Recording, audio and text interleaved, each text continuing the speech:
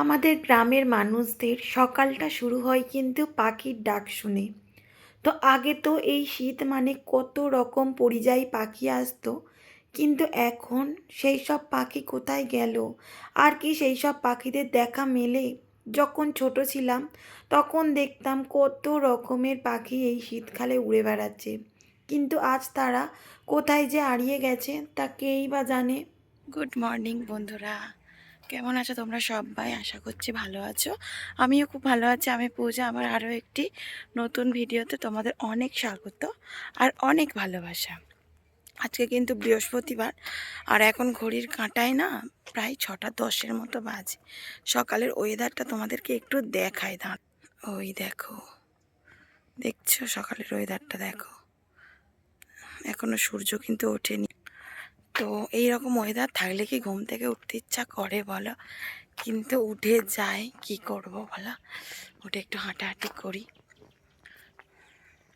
প্রতিদিন যাই, না গেলে যেন কেমন একটা লাগে। তো এই কারণেই যাওয়া আর কি। একদিন না গেলে যেন ভালো লাগে না। তো চলো এবার কি সংসারে সমস্ত কাজকর্মগুলো সারবো একে একে। চলো যাই। এসেছি কারণ এই যে জামা কাপড় কেচেছি, জামা কাপড়গুলো না এখন করে কলের জলে ধুতে হচ্ছে। কারণ কি বলো তো, ওই যে পুকুরের জলটা খারাপ হয়ে গেছে না, সবুজ মতো হয়ে গেছে। তো এই কারণে মানে কলের জলে ধুতে হচ্ছে।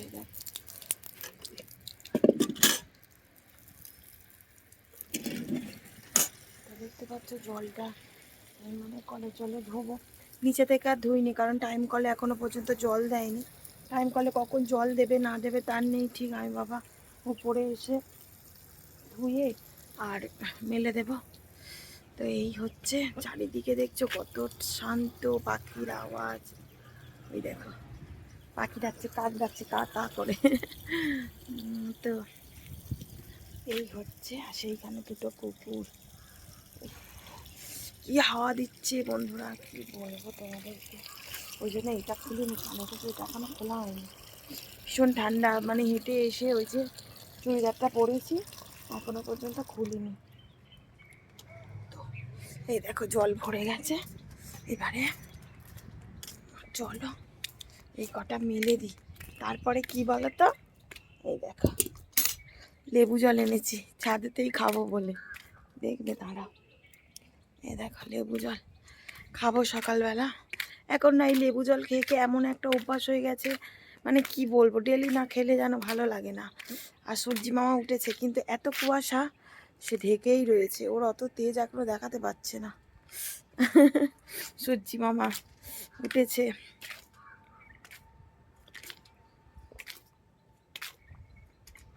পাখি যাচ্ছে।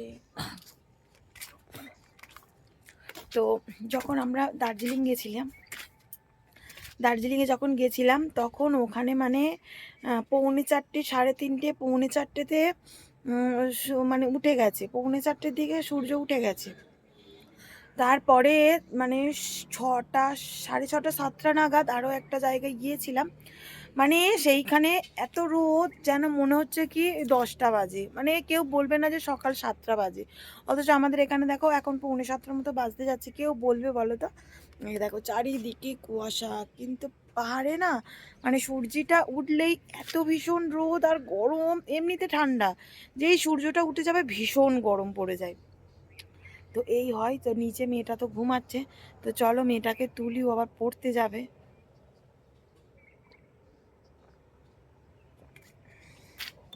তো চলো জামা কাপড়গুলো ঝটপট করে আগে মেলে দিই।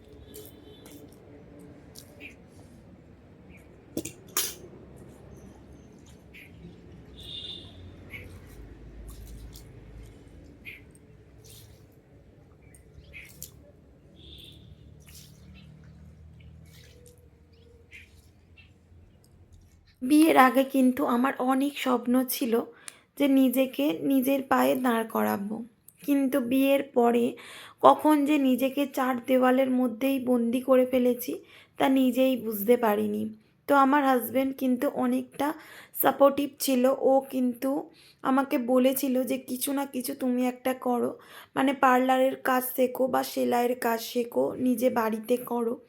ও কিন্তু আমাকে বলেছিল, কিন্তু তখন ওই যে নতুন নতুন বিয়ে হলে যেটা হয় আর কি, সংসারের কাজকর্ম এগুলো ভীষণ ভালো লাগতো। তো এই করে করেই ব্যাস নিজেকে পুরো সংসারের মধ্যেই বন্দি করে ফেলেছি। মানে নিজের লাইফটাকে কিভাবে যে চার দেওয়ালের মধ্যে বন্দি করে ফেললাম, তো তার তো নেই কোনো ঠিক। তো এখন কিন্তু বলে কি তুমি কিছু একটা করো, কেনই বা ঘরে বসে থাকবে, কিন্তু ওই যে এখন রয়েছে ছোট মেয়ে। তো যার জন্য আমি কিন্তু কিছু করতে পারি না। তো ভাবলাম কি চলো ঘরে বসে তাহলে ফোনেরই কাজ করা যাক একটা। তো প্রত্যেক মেয়েরই দরকার কিন্তু কিছু না কিছু একটা করে নিজের পায়ে দাঁড়ানো। তো আমি যেটা পারিনি সেটা চেষ্টা করি আমার মেয়ের মধ্যে থেকে ফুটিয়ে তোলার। তো মেয়েটাকে সবসময় চাই যে কিছু না কিছু একটা ওকে নিজের পায়ে নিজের মানে নিজের মতো করে একটা লাইন ওকে দেখিয়ে দেওয়া, যাতে ভবিষ্যতে নিজের মতো করেও বাঁচতে পারে। তো সেই পথেই আমি এগিয়ে চলেছি। তো দেখা যাক কতটা সফলতা আমি হতে পারি। মেয়েটাকে নিয়ে অনেক স্বপ্ন রয়েছে। তো দেখা যাক কতটা আমি পূরণ হই বা পূরণ করতে পারি মেয়েটাকে নিয়ে। তো এদিকে দেখো মেয়েও যাবে টিউশনে, এই কারণে ওকে রেডি করিয়ে দিচ্ছি সকালবেলা। অনেক বাচ্চারা দেখবে সকালে ঘুম থেকে উঠলে কিন্তু কান্নাকাটি করে, পড়তে যাব না বা হ্যানা ত্যানা ও করে। কিন্তু আমার মেয়েকে কোনো দিন দেখেছো বলো তো ওই রকম বায়না করতে?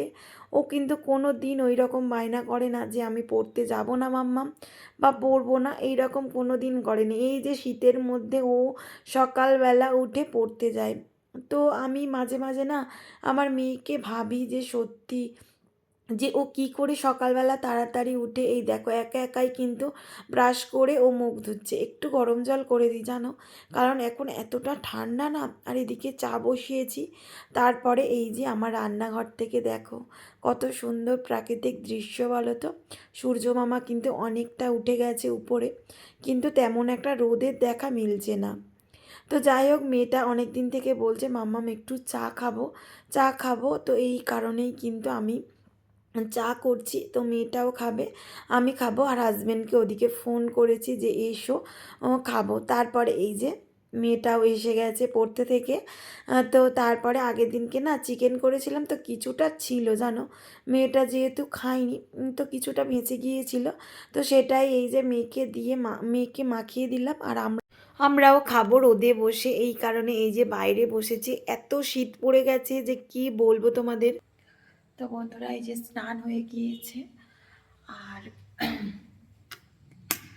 মেয়েটাকে এবার খেতে দেব। তো আজকে তেমন কিছু রান্না বান্না করিনি। এই দেখো এখানে এই যে ভাত উপর দিয়ে রেখেছি। তো মেয়েটাকে আমি খাইয়ে দিই। ডাল করেছি, আর কালকে শুক্তো করেছিলাম, শুক্তোটা অনেকটা বেঁচে গেছে। শুক্তো আছে, ডাল আলু ভাতে দিয়ে দিয়েছি, এতে ডিম সিদ্ধ দিয়েছি। আর আমাদের খাওয়ার সময় ডিম ভেজে নেবো। ওই দেখো পেঁয়াজ কেটে রেখে দিয়েছি ওইখানে, ওই যে পেঁয়াজ কেটে রেখে দিয়েছি। তো আগে মেয়েটাকে খাওয়াবো।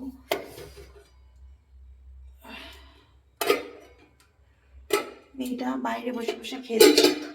অন্যদিনকে ও মানে অন্যদিনকে ও উপরে যায় খেলা করতে, আজকে আবার বলে কি উপরে যাব না মামা, আমি নিচে খেলা করবো আর খাবো। তো এই কারণে ওকে আগে খাইয়ে দিই আমি, তারপর আবার হাজব্যান্ড আসবে। তো হাজব্যান্ড আসার কিন্তু টাইমও হয়ে গিয়েছে বুঝলে তো, ও আবার আসবে। অল্প করে ভাত নিয়ে আমার মেয়ে আবার আজকে মাংস ভাত খেতে ইচ্ছা করছে, কালকে খেলো হয়নি, আবার আজকেও খেতে ইচ্ছা করছে। প্রতিদিন কি মাংস খাওয়া ভালো বলো তো? ভাত করেছি, ওবেলা দেখি কি রান্না করি আবার ওবেলা। তো চলো, এক হাতে পাচ্ছি না তুলতে, আবার পরে দেখা করছি। তো এই যে খাওয়া দাওয়া করে উপরে যাচ্ছে, আর ওই দেখো ও কাজে চলে যাচ্ছে, দেখেছো? মানে এত কাজের চাপ, যাও করে খাবে, খেয়েই ফুস চলে গেল। এই না চলে এসো। কোথায় তুমি? কি করছো? ওই ঘরে? কোন ঘরে? ও, ছোট ঘর। তো চলো একটু মেয়েটাকে ঘুম পাড়িয়ে দিই। তুই জল খেয়েছো? জল খেয়েছো? ওই দেখো আমার মেয়ে বিছানা করছে। তো চলো মেয়েটাকে ঘুম পাড়িয়ে দিই, আবার বিকেলবেলা তোমাদের সঙ্গে দেখা হচ্ছে। সন্ধ্যা হয়ে গিয়েছে আর এই দেখো মেয়েকে পড়াতে বসিয়েছি। আর আজকে আমাদের বাড়িতে পুজো ছিল। ওইটা পড়ে যাবে, চুপ করে বসো। আর খাচ্ছি। আর আজকে আমাদের বাড়িতে পুজো ছিল, তো লক্ষ্মীর খন্দবালা বলে, কাদের আছে কমেন্ট করে আমাকে জানাবে। ওখানে বস, ওখানে বস, তুই বস। তো লক্ষ্মীর খন্দবালা ছিল, তোমাদেরকে ভিডিও তো দিইনি, তো দেখ বসবি তো। তো এই দেখো এই যে প্রসাদ, দাঁড়া আমি দেখাই। তো এই দেখো এই যে প্রসাদ, আর ওইখানে ওইটা দেখা, এই যে এই দেখো এইটা হচ্ছে কি আদি প্রসাদ, বুঝলে তো। দুধ, তারপরে গুড়, এখন তো গুড় উঠেছে, গুড় দিয়ে এটা করে। তো এই হচ্ছে। আর আমার হাজবেন্ড এদিকে পকোড়া নিয়েছে, ভেজ পকোড়া, তাই তো। ও ভেজ পকোড়া নিয়েছে, বলছে খাও। এখন নয়, ফল খাবি, ফল খেয়ে নে, খাও। ভেজ পকোড়া কিন্তু চিকেন নয়।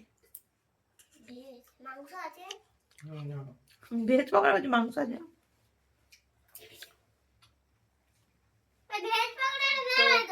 খাবো, খাচ্ছি। অনেক পিঠা আছে। হ্যাঁ কটা? অনেক, কে খাবে এত? তুমি, হ্যাঁ আমি, হ্যাঁ। আমার দিদি সবাই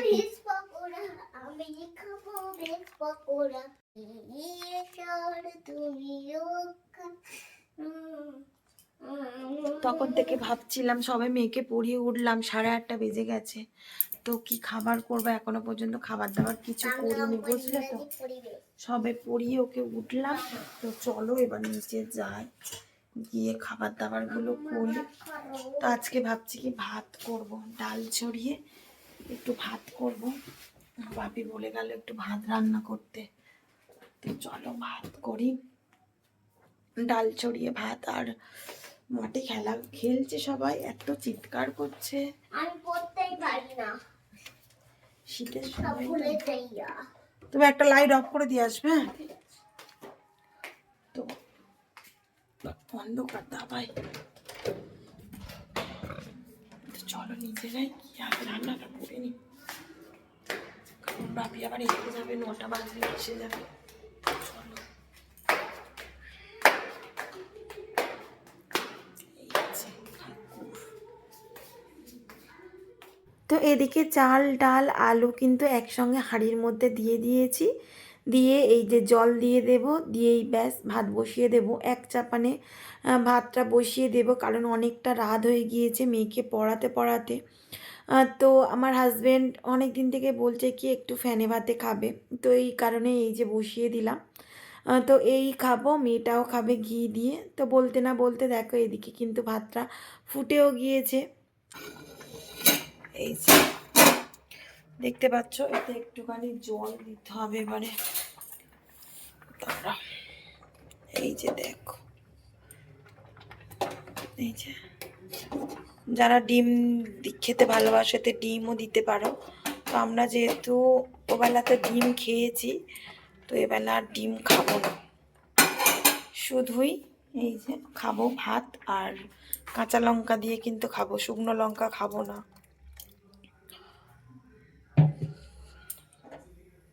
ভীষণ ভালোবাসে জানো তো আমার হাজব্যান্ড এই খাবারটা খেতে। তো যেহেতু শীতকাল, কারণেই ভাবলাম কি চলো তাহলে করি। শীতের সময় দেখবে এইসব খিচুড়ি, তারপরে এই যে ফ্যানে ভাতে, এগুলো খেতে কিন্তু ভালো লাগে। কিন্তু গরমের সময় একেবারে ভালো লাগে না। গরমের সময় মনে হয় কি একটু পুষ্টি ভাত খাই, তাই না বলো, একটু ঠান্ডা ঠান্ডা হবে। তো আমাদের বাড়িতে ঠান্ডার সময় কিন্তু কষ্ট হয় না, কিন্তু গরমের সময় ভীষণ কষ্ট হয়। গরমের সময় প্রচুর গরম, বুঝলে তো।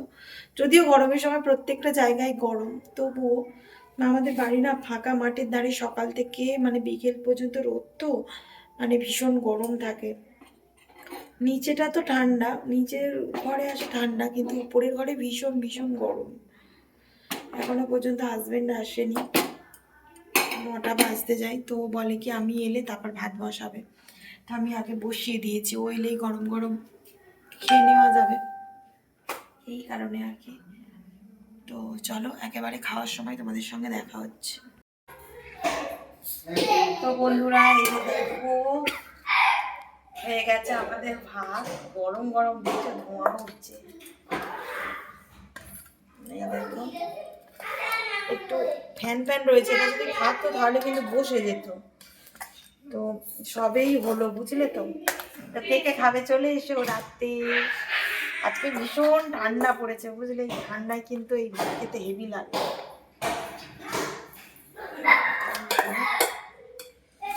এমনি ভাই খানে ভাতে খাবে জিজ্ঞাসা কর, ভাই খানে ভাতে খাবে কি জিজ্ঞাসা কর।